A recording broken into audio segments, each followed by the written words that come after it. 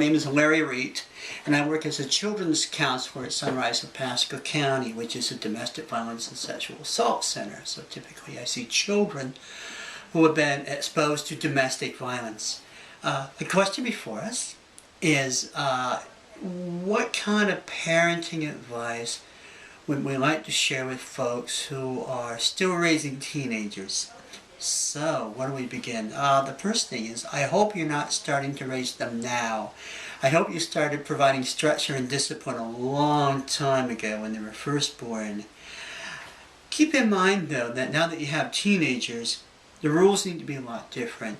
The same rules you have for a 5-year-old aren't going to work too well with a 13 or 14 or 15-year-old. You probably figured that out, but you'd be amazed how many parents still want to keep the very tight, concrete-oriented structure that they would use on a 5-year-old, 6, 7, 8-year-old, but they want to still use it on a 13-year-old. And that's a quick path to having a rebellious teenager.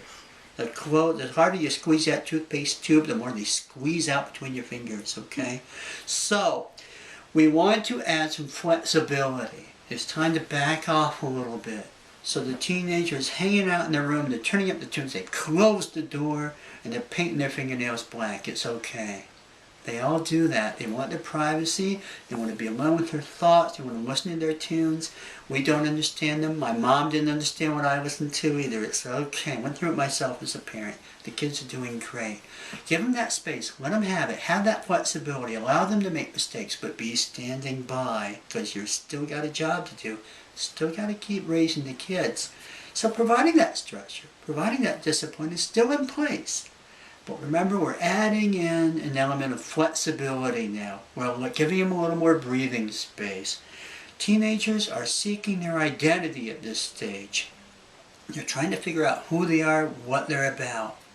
As a parent, ideally, you're continuing to model what a healthy adult is. Some of you adults are going, is that me? Yes, it's you.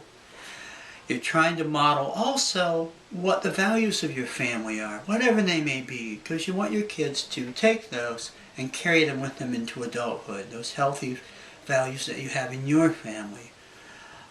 So you still need to model those. You just need to show them instead of tell them. When they're little, you tell them quite a bit, because I said so. Sometimes we're all we have left with a 5-year-old.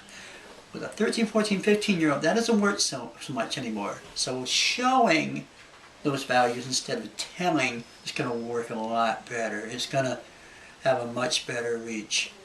Something else I would say is be available. Be that adult that's approachable. Let them come to you. Don't get too much into the tough love and the no tolerance kind of attitude. Remain flexible. Be approachable. They're going to come to you with some weird stuff. Kids are exposed to so much more than I was when I was a teenager. When I was a teenager, we had 3 channels, and they were all Gilligan's Island. Okay, and we loved it. But it's a whole new world. We have the internet, we have so much more media available to it, and the kids are very media savvy, as you know, if you've ever tried to work their phones. So be prepared for, when they have questions about all they're exposed to listen.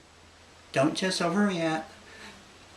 Parents who do this, and a lot of this, do a lot better with kids than parents who do, I told you, stop it, that's not, you're a bad person. Doesn't work so well. So be prepared to listen, even though inside you may be freaking out. Just remain calm.